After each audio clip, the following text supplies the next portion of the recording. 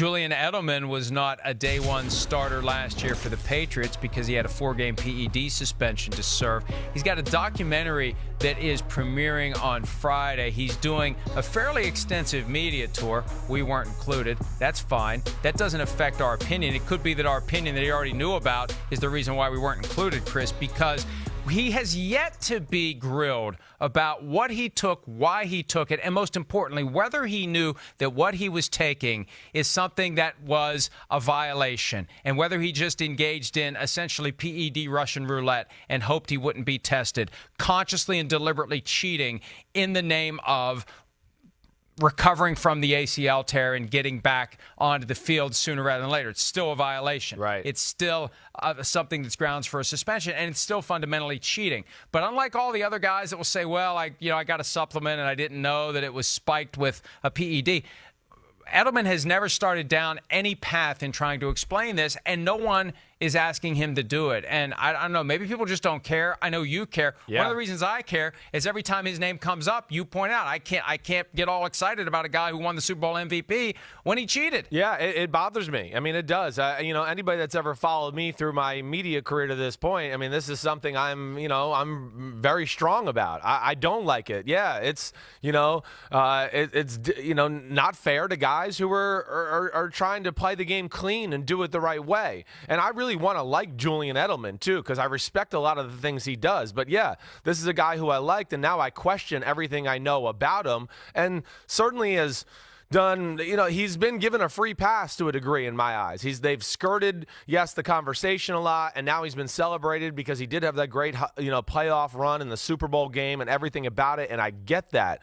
But still, at the end of the day, it's a bad example for young kids growing up. It's cheating your fellow teammates, the people you're competing against, and that bothers me. So there's a lot here to unpack, but he's certainly kind of gotten away without having to answer any tough questions, and I want all these guys that go positive with PED tests, I wish they would make it public. I mean, to me, when you cheat, I think that should become public information. They shouldn't be able to skate behind I took Adderall, or I took a GNC something. Well, but here's the thing. The thing. If they lie about what they took, the NFL now has the ability to say, no, it wasn't Adderall, it was steroids or whatever. But they can still always throw out that I took a supplement that had something in it that I didn't know about. How do you prove that to be false? I mean, really, Chris, they've been testing for PEDs for decades now, and they've never caught anybody who was actually trying to cheat. Right. All they caught was a bunch of poor suckers that went to the local GNC and bought something that was spiked. You're exactly right about that, Mike, and it does. That bothers the crap out of me. I mean, whether it's baseball, football, I mean, I have a strong opinion on that. Now, I'll say this too about this issue.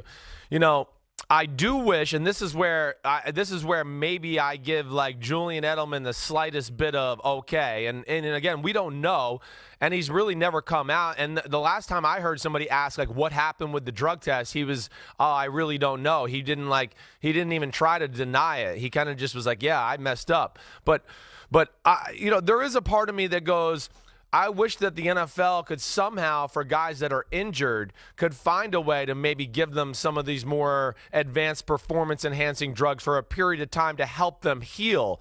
But then you get off them. I know that's a totally different subject. All right, go ahead.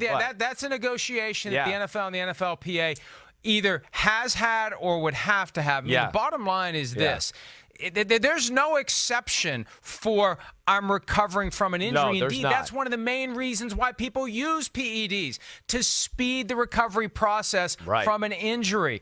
And look, Julian Edelman won the MVP award of the Super Bowl. That's fine. But you know what?